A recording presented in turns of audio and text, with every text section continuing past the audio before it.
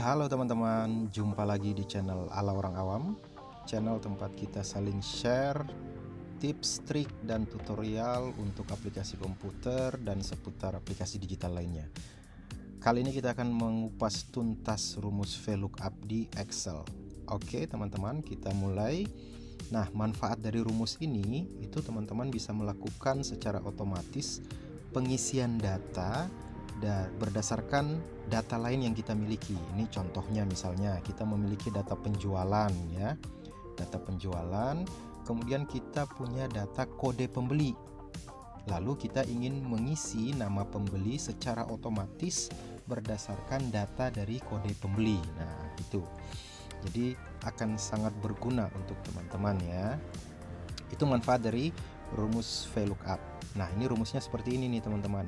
Nanti kita akan praktekkan VLOOKUP, terus ada beberapa data yang perlu kita isikan dalam menyelesaikan rumus ini. Nah, setiap data itu dipisahkan oleh suatu tanda. Kalau di sini pemisahnya adalah tanda titik koma gitu ya. Nah, kadang-kadang pada settingan komputer yang lainnya itu pemisahnya bukan titik koma tapi tanda koma saja. Nanti teman-teman tinggal melihat saat melakukan pengisian rumus, komputernya teman-teman itu menggunakan pemisah tanda titik koma atau tanda koma. Nanti mengikuti saja. Oke, kemudian langkah-langkahnya ini ada 3 langkah mudah. Nanti sekalian kita praktekkan ya. Jadi langkah pertama itu kita menentukan dulu data apa yang menjadi patokan untuk pengisian data lainnya secara otomatis ya. Jadi kalau yang seperti contoh tadi, kode data kita sudah punya. Nah, kode data itulah yang akan kita tentukan di langkah pertama. Kemudian langkah kedua menentukan tabel yang menjadi sumber datanya. Dan kemudian yang ketiga, di dalam tabel sumber data tersebut kita tentukan kolom mana yang ingin kita ambil datanya. Oke, untuk lebih jelasnya kita langsung masuk ke prakteknya. Oke, di sini sudah ada file Excel.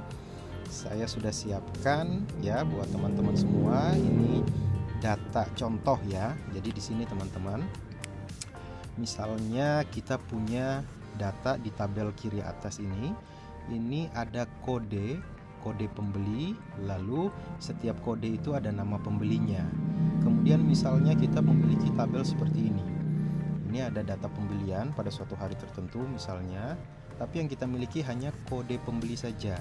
Kita ingin mengisikan data nama pembeli. Nah, kalau kita lihat di tabel kiri ya, tabel kiri atas ini, channel 1 itu nama tokonya, pembelinya itu namanya toko ABC.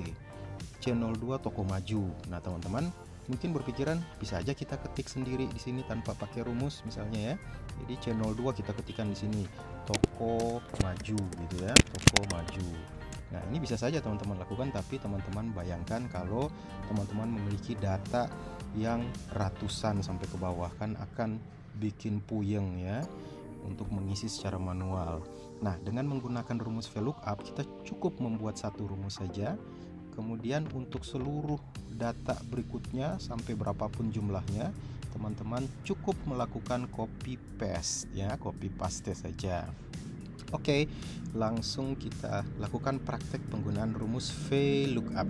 Oke, ini yang entrian manual saya delete dulu ya. Kita menggunakan rumus VLOOKUP. Oke, ini rumusnya saya cantumkan di sini juga bagian kiri bawah. Oke, sama dengan VLOOKUP buka kurung. Nah, di sini teman-teman perhatikan ya, pemisahnya itu titik koma atau koma saja. Nah, yang di laptop saya ini menggunakan titik koma. Nanti kita ikuti saja. Oke, yang pertama lookup value. Kita diminta menentukan data lookup value. Ini ya, lookup value. Nah, apa itu lookup value? Lookup value itu adalah data yang menjadi patokan untuk pencarian data lainnya. Data yang jadi patokan tentu saja data yang sudah kita miliki. Nah, untuk praktek ini data yang sudah kita miliki adalah data kodenya, dan kita akan mencari namanya berdasarkan kode. Maka lookup value yang menjadi patokan adalah data kode. Maka kita cukup klik pada sel letak yang menjadi data kodenya. Oke, kita klik di sini. Oke, sudah. Kemudian setelah lookup value selesai, titik koma ya, titik koma, kita diminta untuk memasukkan table array ini ya, yang bold ini ya, table array yang ini. Nah, apa itu table array? Table array itu adalah tabel yang menjadi sumber data. Nah, artinya Excel bertanya di mana Excel akan mencari data tersebut. Nah, data tersebut kan berada di sini di tabel kiri atas. Yang ingin kita isi di sini kan nama tokonya. Nama tokonya berdasarkan kode. Nah, kodenya itu ada di sini. Artinya tabel array itu harus terdiri dari kolom yang berisi patokan dan kolom yang datanya ingin kita cari. Oke, jadi paling kurang tabel array itu terdiri dari 2 kolom ini. Oke, kita pilih, klik di sini. Kemudian kita pencet shift, jangan dilepas, menuju ke data paling akhir, kita klik lagi. Oke. Nah, jadi sudah terisi di sini. Table array-nya itu adalah dari B3 sampai C5. Oke, ini ya, B3 sampai dengan C5. Oke, berarti ini ya. Nah, disinilah letak Excel akan mencari. Jadi alurnya itu Excel akan mencari ini ya, mencari C02 di dalam tabel ini. Lalu jika ketemu, maka Excel akan memberikan data yang kita inginkan. Data mana yang kita inginkan? Ialah data namanya, nama tokonya. Berarti kolom di sebelah kanannya. Nah, kolom di sebelah kanannya. Nah, untuk memberitahu kepada Excel kolom yang kita inginkan, data yang kita inginkan terletak pada satu kolom di sebelahnya, itu kita selesaikan dulu yang tadi. Kita masuk tanda titik koma. Dia bertanya sekarang, kolom yang mana? Apakah kolom pertama atau kolom kedua? Karena tabel yang kita pilih ini hanya terdiri dari 2 kolom. Nah, yang kolom yang mana yang akan memberikan jawaban untuk diisi? Nah, yang kita ingin carikan nama pembeli, berarti yang kolom yang ini. Kolom yang ini adalah kolom yang ke-1, 2. Berarti kolom yang ke-2. Maka kita cukup mengetik angka 2 di sini. Oke. Setelah itu kita titik koma lagi, kita masuk ke pengisian data yang terakhir, yaitu range lookup. Nah, range lookup ini hanya ada 2 pilihan, apakah false atau true. Perbedaannya, kalau false itu Excel hanya akan memberikan nilai jika data patokan berhasil ditemukan dengan nilai yang percis ya. Jadi data patokan di sini kan C02. Jadi dia akan mencari di sini C02. Nah, jika tidak ditemukan, maka nanti Excel akan memberikan jawaban tidak ada.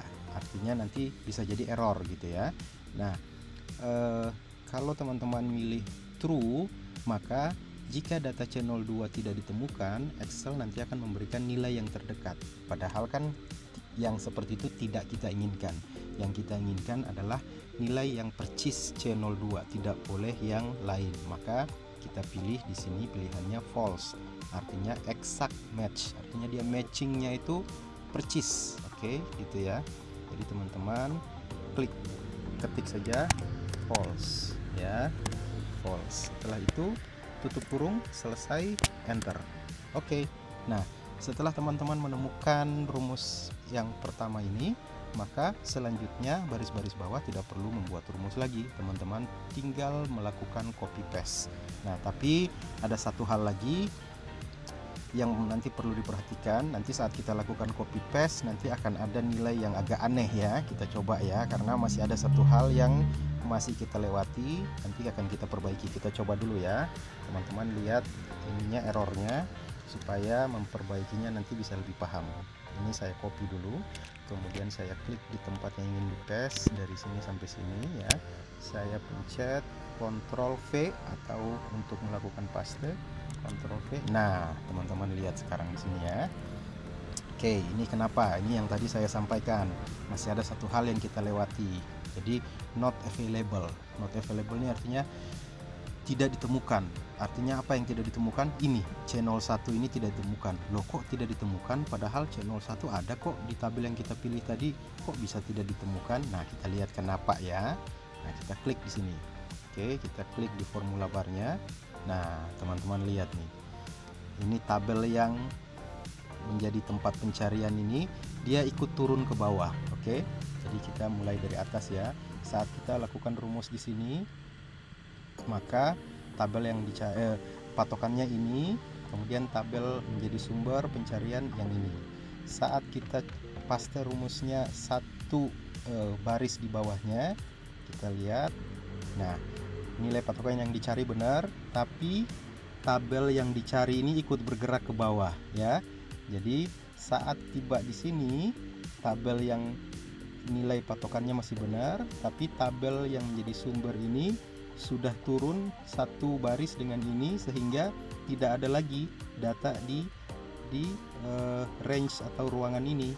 Nah, itulah kenapa menghasilkan error dengan kode NA atau not available.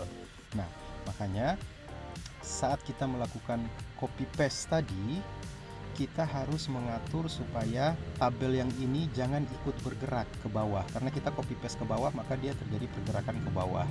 Nah, kita harus melakukan settingan supaya tabel ini tidak ikut bergerak ke bawah. Oke.